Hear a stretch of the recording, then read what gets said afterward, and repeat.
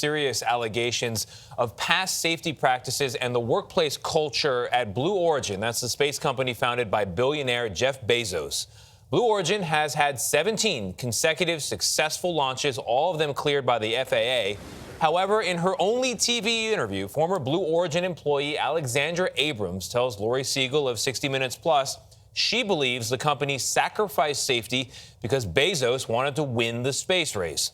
Abrams is the co-author of a new essay along with 20 other current and former Blue Origin employees. And this is an interview you will only see on CBS Mornings. When I first joined Blue Origin, I felt like I was in Star Trek. And I think I came to tears once when I was saying how grateful I was to be a part of this journey. From 2017 until 2019, Alexandra Abrams worked in communications for Blue Origin, a private space company owned and largely funded by Amazon owner and one of the richest men in the world, Jeff Bezos. The culture was one of collaboration, innovation, excitement, enthusiasm, nerdiness, which I just loved. But that did not stay the same for very long. Blue Origin's plan is wildly ambitious to enable a future where millions of people live and work in space to benefit Earth. But Abrams, who signed a non-disclosure and non-disparagement agreement when she left Blue Origin in 2019, says the company's public message is at odds with the reality she saw inside. I've gotten far enough away from it that I'm not afraid enough to let them silence me anymore. In the last few years, Blue Origin has joined a modern-day space race alongside Bezos' fellow billionaires Elon Musk and Richard Branson. Blue Origin reached a milestone this summer when it launched its first manned space flight with owner Jeff Bezos on board. Abrams says she saw women demeaned at the company, but her frustration boiled over when senior leadership asked her to help roll out stricter agreements that she says took away employees' rights to resolve most disputes in court or to speak freely about alleged harassment or discrimination. I spend my days telling employees how we're saving humanity and the planet. And on the other end, I'm having the wool pulled over my eyes about taking rights away from our employees. It was not only the hypocrisy that bothered me, it was the fact that I was propagating the hypocrisy. I was actively participating. Abrams says she pushed back. She was fired in 2019. I was very shocked, like totally shocked. Maybe I shouldn't have been. And I looked at my new manager and said, you know, I'm really curious, like, what's the reason you're firing me? And he said, Bob and I can't trust you anymore. She's referring to Bob Smith, the CEO of Blue Origin. Since she left, Abrams says she got together with several current and former Blue Origin employees, often at her house, using a burner laptop so they couldn't be tracked. The plan? Write an essay for the online platform Lioness.co, criticizing Blue Origin for its workplace culture and safety practices. The people who signed on to this essay are absolutely incredible, brave, brilliant human beings. I look at this group and I see fighters for truth, fighters for safety, fighters for quality. The essay accuses Blue Origin of being rife with sexism. It says some women warned new female hires to stay away from one executive who appeared to be protected by his close personal relationship with Bezos. It took him physically groping a female subordinate for him to finally be let go. Women at Blue Origin were absolutely treated differently than men. Their ideas were not valued as much. They were not listened to. The essay says that in 2018, one team had documented more than 1,000 problem reports related to the engines that power Blue Origin's rockets, which had never been addressed. 13 of the 21 signees are engineers or technical. They span all the major programs of the company, and they also span different levels. We spoke privately to 5 of Abrams' co-authors who are staying anonymous because they fear being blacklisted in a specialized industry. Several mentioned pressure to compete in the private space race impacted safety concerns. It was great that Blue Origin was smooth and steady and slow until Jeff started becoming impatient and Elon and Branson were getting ahead. And then we started to feel this increasing pressure and impatience that would definitely filter down from leadership. Do you believe that competing with the other billionaires in the space race took precedence over safety? Yes, I do believe that. CBS News has obtained this 2020 internal memo written by a Blue Origin engineer as he exited the company.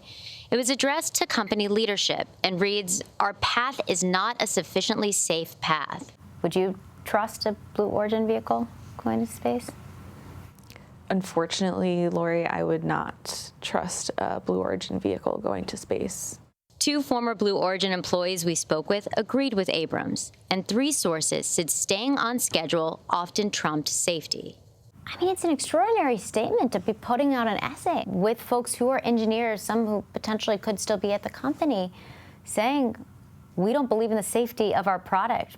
You cannot create a culture of safety and a culture of fear at the same time. They are incompatible.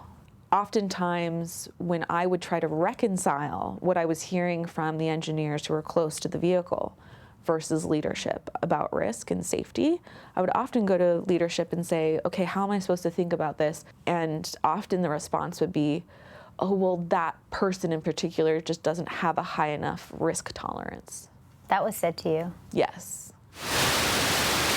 Blue Origin's next space mission is scheduled for week after next, a launch with 4 astronauts on board.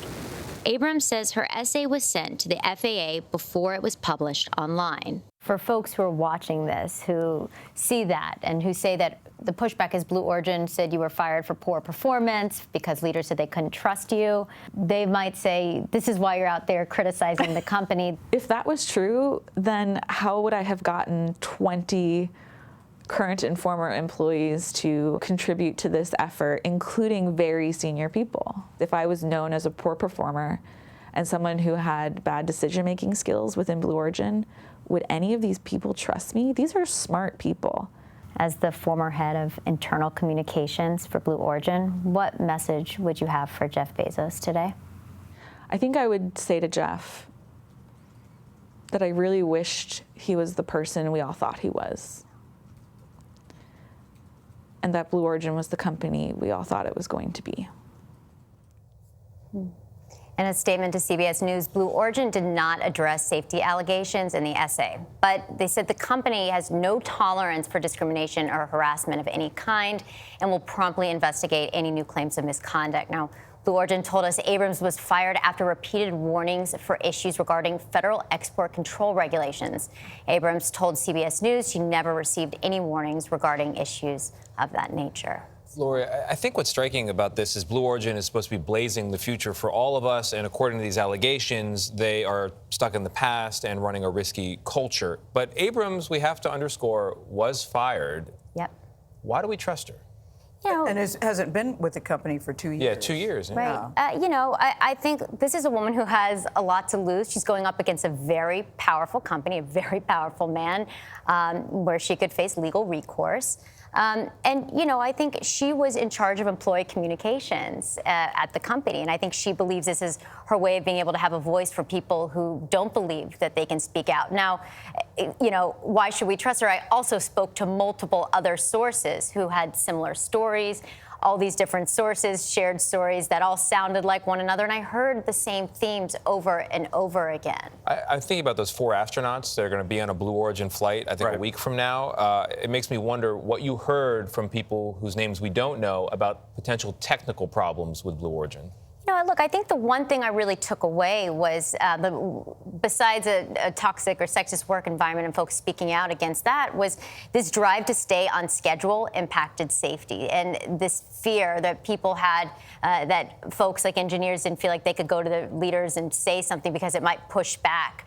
You know, I think I heard that over and over again. And so breeding that culture isn't a good thing when you have these rocket ships going to space and you have human life. But they also had 17 consecutive successful launches, all cleared by the FAA. And I'm very curious about the safety question, considering Jeff Bezos himself was on the first launch. Yeah. It seems like if there was such a thing as being concerned about safety. He wouldn't put himself Exactly. He that wouldn't put situation. himself in harm's way. Yeah, I think it's a good question, right? And I think it's an important thing to note. There have been 17 successful launches, right? This is a company that is buzzed about and for good reason. I also think it's important, the overwhelming message I got from folks where they were afraid to speak out and they feared retaliation for speaking out. And in the future, this could have an impact, is what they said. And that's why they wanted to take the risk and do this.